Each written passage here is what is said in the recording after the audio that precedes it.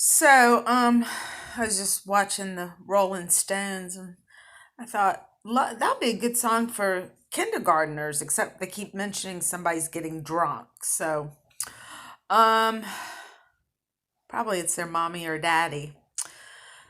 So I just don't think we have to worry about science and technology so much. I honestly think I'm like Bobby McFerrin, no worries. I didn't understand that. So I was like, how can they say this? And I contemplated and contemplated. And I don't know how long I'll live.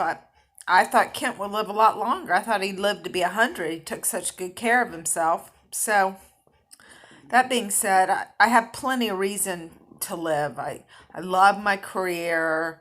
I love my kids. I'm pretty healthy, except for the bipolar. And right now we're pretty good with that, being in remission.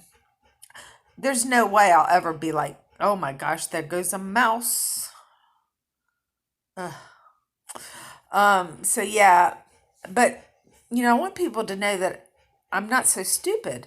My brother, I guess his genius is mathematics because in high school, he never took a note. The teacher would talk and he'd go in and he'd make 105 on the test. He'd do the extra credit too. It's just something very, very special about his brain. So I don't think punishing kids for not being good at math is working, and I think it's deterring people from actually appreciating and enjoying what education is there for. It's for a better quality life. We will have those genius people that come through math and science, and even lawyers. I didn't realize it, but lawyers have to be pretty good at math. So I'm just saying that stop pushing it so much. I mean, make it interesting, make it, some people are going to be fascinated and enjoy that puzzle, and other people won't. And if they don't, that's a teacher's job to find out maybe they're the pen pal guy. I write 10 letters each week to my pen pal. You might want to check out what this person's saying. It might be something fairly interesting. And, music and dance. I look back at the movies of the older days, and that was something they thoroughly enjoyed doing, was dancing together. We have gotten to be so fast, so slick, production line, industrialized schools, that we're losing our heart and soul. The heart and soul of the child isn't even considered. It's just a money thing. It's got to be a job that makes money.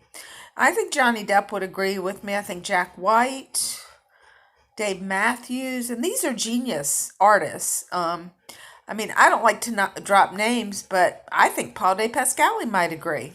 So we need to work together. My friend Brian Thompson would make an excellent president of the United States, I think.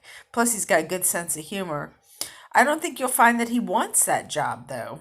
I would like to clone Charm. I think if I made money, I would do that because I think she's so good at what she does. It'd be difficult to find a replacement. I'd like to start doing a little bit of yoga again, but I'm just working. I'm enjoying my life. I always like to try to solve problems or creatively think of a way around them.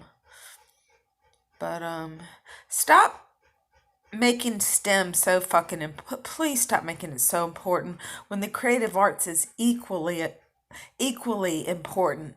And that's what Sir Ken Robinson says. He says dance is as important as math.